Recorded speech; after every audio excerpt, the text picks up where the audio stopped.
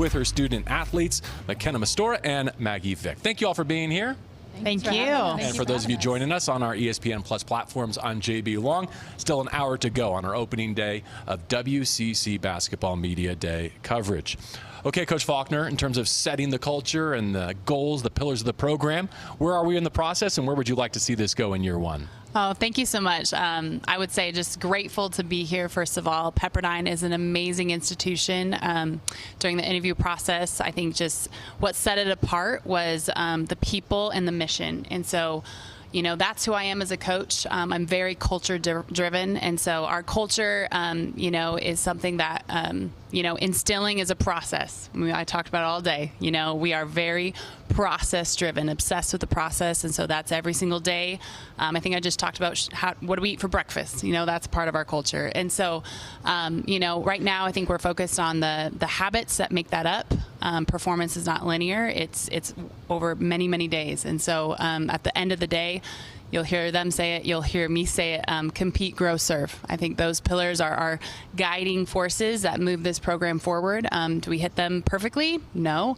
But I think overall the direction and the want to is there. And so it's been an honor to coach these two and the others back at home, and just their willingness to bring this along. I mean, I'm some of these girls' fifth coach, you know, and so it's very unique, you know, but it's fun, you know, and the challenges that come with that. Well, if you have to leave Montlake, there's very few places you can go and still upgrade your view, and I think you've managed to pull it off. So what a great accomplishment. You mentioned the student athletes with us today. You want to take a second to brag on each of them and tell us your perspective on what you've assembled so far? I'd love to. I did actually compliment them earlier to their face, too. I was like, look, I want you to know I do think these things about you, not just on camera. So we'll start with Maggie. She was one of my very first meetings, sitting down as a first-time head coach and just meeting her. She is extraordinarily selfless.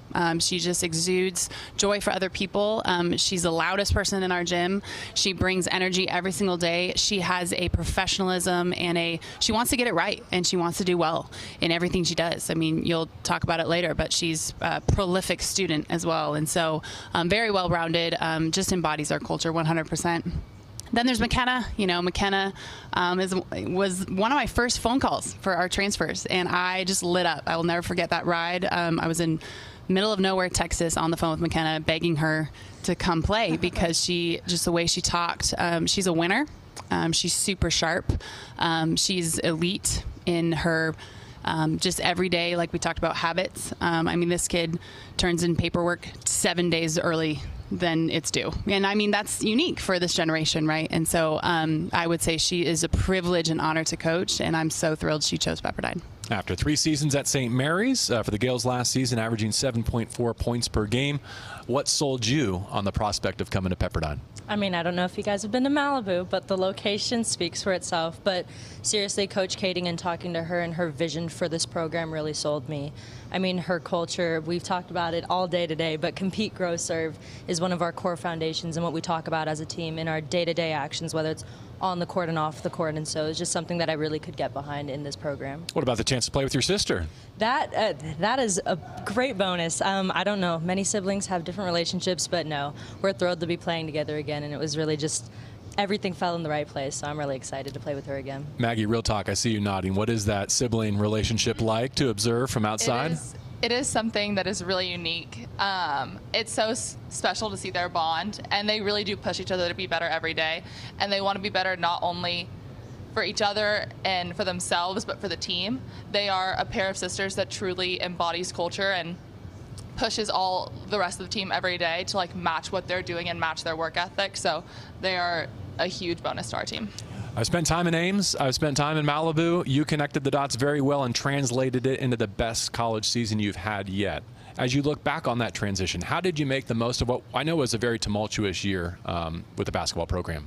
Yeah, absolutely. I think just being able to find growth in the smallest of places. I think that was my big focus for last year. I think understanding that God has a plan for my life that's so much bigger than what I ever envisioned or could think of, and just truly embracing that process. Like Coach says, we're a process-driven team. I was a process-driven person last year before she even came along, so I think that was just like embracing the process, embracing growth, and trying to find the little wins. Can any teammate take your three-point crown? Ooh, I mean, potentially the sisters. They're pretty good shooters. I have to shout out our baby freshman, Chloe. She is our only freshman, but she is shooting the lights out right now. That girl is fantastic, and I can't wait to see her play as she gets older, too. Let's name drop some more. Who are the other ways we need to know going into this season? Anyone take it away. Who are the contributors? I mean, I would say our other transfer, Ornella, coming from Cal. She just international, brings a savviness, and she has a feel for the game that's so natural.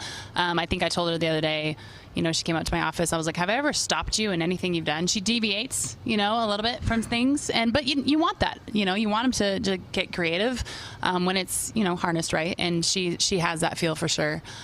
Megan, the twin tower in there, she has just gotten better every day. Completely different player than when she started in June. So, it's an exciting roster, I would say that.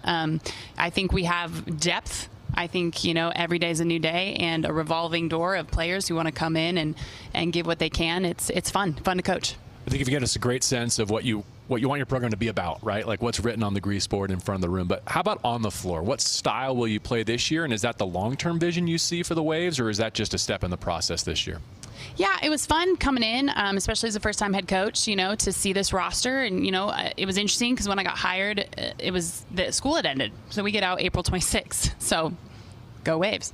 But they all left. And so I didn't get really get a feel for the team until June. And so, putting all the pieces together, like I tell them every single day it's a new puzzle, And so I believe that our offense is going to evolve throughout the year, as every good team does, with every scout. And, some people rise, some people find their flow here. And so I do like how we've been able to adapt. Like I said, I'm some of these fifth coach, it's hard coming in, new system, new plays, new terminology, and for them to really listen and be like, okay, and then after a few days get it, and then be bad at it and then be good at it, and so what I love is that our performance is always going to be linear.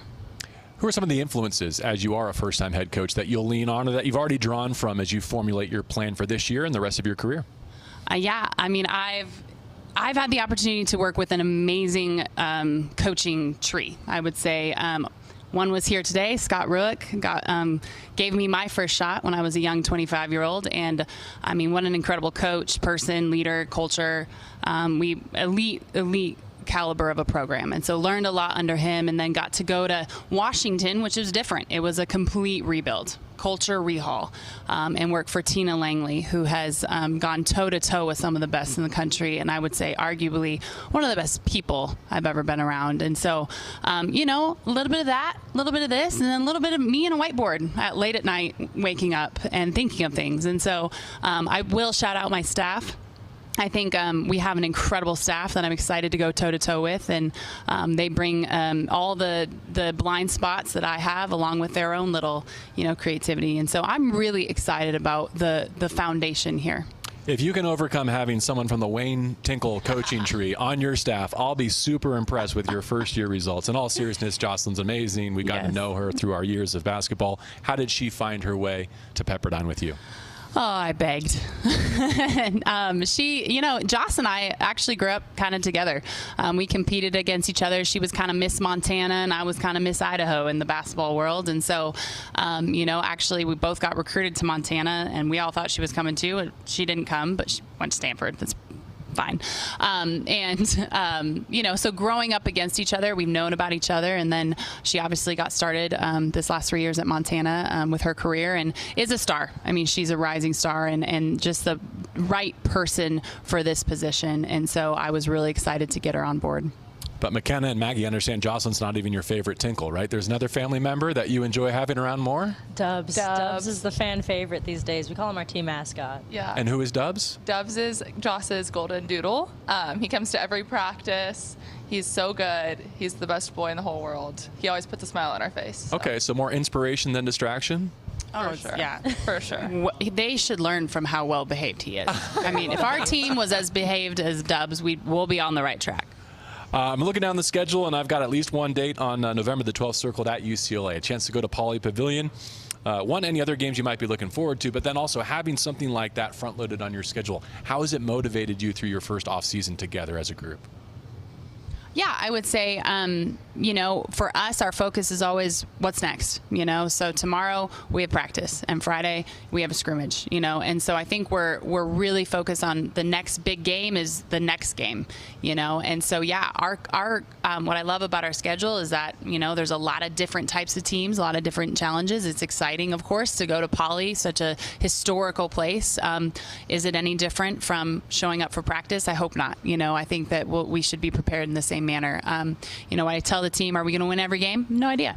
But we will be prepared to win every game. And so I'm excited for that opportunity. McKenna, you've seen many years of the WCC. New complexion this year. How has it changed over time for you? And what do you think of this group coming back for 24-25, where nearly everyone on the all-conference team last year, including the top players, are back for more?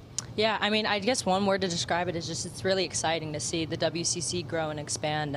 It just really makes me thrilled for a season to start, and so I'm really ready for conference. Yeah, same here. I mean, I think you couldn't have added two better teams. Just as a competitor, excited to have like even better caliber teams in already such a competitive league. I think it just makes it that much more fun to show up. How important is it early in your season, in your tenure, to find success, and how will you measure it, right? Wins and losses, of course, but like where else are you looking for those incremental gains in the day-to-day process that you just described? Yeah, and I think it comes back to our habits, you know, and growth, like we've talked about, is not linear. You know, every day is a data point, and so that's what I challenge with. Okay, today was a data point. It's in the books. What's tomorrow? You know, and so while that is cheesy and yes, maybe cliche, I believe that if we really, you know, focus on those details and those habits.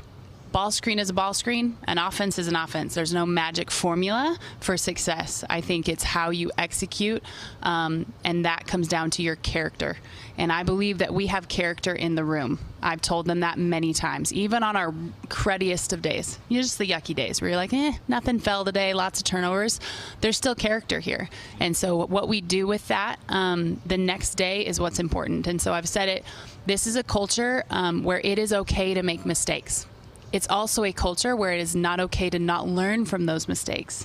And so if we can do that, make mistakes, do them well, learn from them, I believe we can find success. Please talk to my children. I'm going to clip that off and just make them watch that over and over again. Maggie, how has it felt to just kind of feel the rising tide of women's college basketball, including here in the WCC, over your career, and to arrive at this moment as you kind of wrap up your career within it? I mean, I can't imagine a better time to be a senior with the rise of women's basketball and where it is now, especially I grew up in Tennessee, so I grew up going to Pat Summitt games since I could walk. My dad would carry me in on his shoulders, and that really sparked my love for women's basketball. So to watch the sport grow and evolve the way it has just makes me even more excited in my future career to get back into sports and hopefully serve the game that served me so well. Growing up in Alameda, California, what about you, McKenna? Were you a big women's basketball fan? Did you admire some of the college or professional athletes that you saw on TV? Definitely, 100%. I will say, though, my basketball start wasn't as traditional as a lot of people here. I actually like soccer. And so it was a lot of teeth pulling for my dad just to get me because he's a big basketball guy. You know, my older sister had been playing, and so I finally hopped on that wave, and I'm couldn't be more happy to be here. The wave. Well played. Very nicely done. Some transferable skills, too, right? 100%, yeah. Let's finish with the future beyond basketball. Maggie, I understand you just finished the LSAT. Congratulations. And did very well. Law school is in your future? Law school is. Doing the application process right now. Should hear back in the winter, mid-season, and then from there, just excited to start that new chapter of my life. I ultimately want to go back into sports and entertainment. Like I said, to serve a sport that served me so well would be ultimately a full circle moment. So. Katie, you're shaking your head. How come? Oh, I mean, the women I get to work with every day, you know, they say don't ever be the smartest person in the room. Right. I don't have that problem at Pepperdine. I mean, everyone in there is saving the world or doing something brilliant, and these two for sure are that. So proud. You and me both. It's like my superpower. How can I not be the smartest Yeah, how can I not be that? And I do it every day. And McKenna, you're just going to play ball forever? Yep, that's the plan. Play as long as I can. Tell me about that sister rivalry before we go. Who got the better of the games at each kind of stage of your upbringing?